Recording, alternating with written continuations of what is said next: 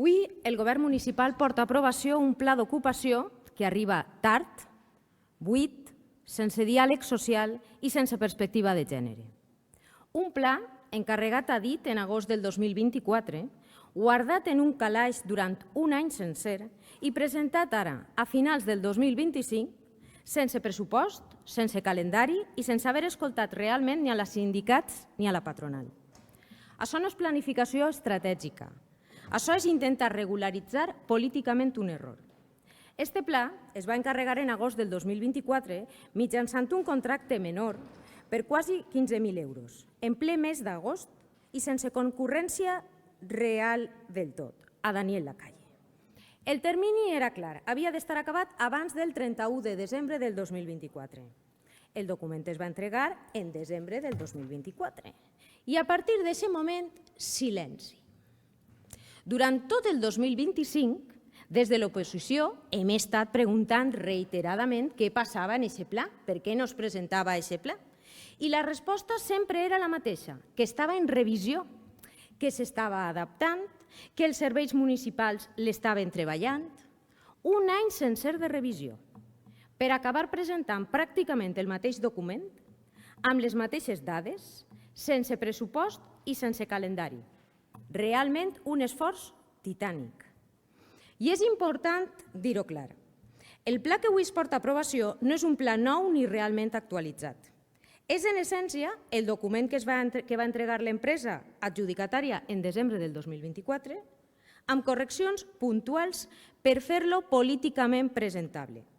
I ací hi ha una qüestió clau. El pla original contenia una càrrega ideològica molt clara, amb crítiques explícites al sector públic, a la despesa municipal i a la intervenció administrativa. L'Ajuntament apareixia quasi com un problema a reduir. Per això el document que se'ns presenta avui diu just el contrari.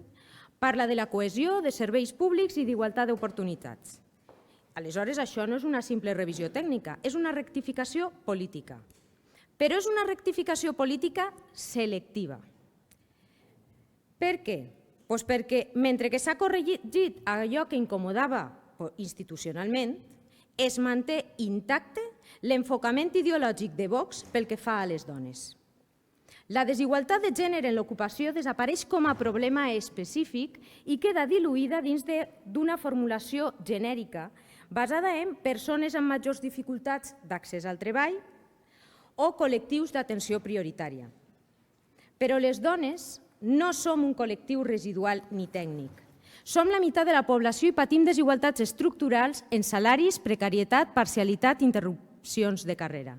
Convertir la bretxa de gènere en qüestió implícita, transversal i sense mesures específiques no és una millora tècnica, és una decisió política que invisibilitza la desigualtat. I això es suma que el pla continua tenint greus mancances, manté dades majoritàriament del 2023 i 2024, no incorpora pressupost, no incorpora calendari, no incorpora indicadors clars d'avaluació i no avalua l'estratègia anterior. I, sobretot, no ha comptat en el diàleg social real. El govern diu, en la seva moció, que ha escoltat, no sé si diu exactament, con aportaciones de los agentes sociales. Però bueno, no ha comptat amb diàleg social real.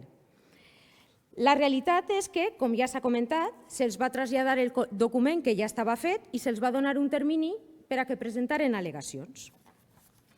I no se n'ha acceptat ni una sola. Això no és diàleg social, això és intentar complir amb l'expedient. I permetem-me també un altre despropòsit que també s'ha comentat. Estem aprovant un pla estratègic 2025-2028 quan estem a finals del 2025, amb l'any pràcticament esgotat i sense haver aplicat ni una sola mesura. Això, torno a repetir, no és planificació estratègica. Això és intentar donar cobertura política a un encàrrec fallit. I per això, des de Compromís, no podem donar suport a aquest pla. I exigim, sí que li donem suport a la moció alternativa perquè nosaltres exigíem retirar-lo, obrir un procés real de participació amb sindicats i agents econòmics i redactar un nou pla útil, actualitzat, amb perspectiva de gènere i centrat en les persones, perquè València mereix polítiques d'ocupació serioses, no documents que arriben tard i buits. Gràcies.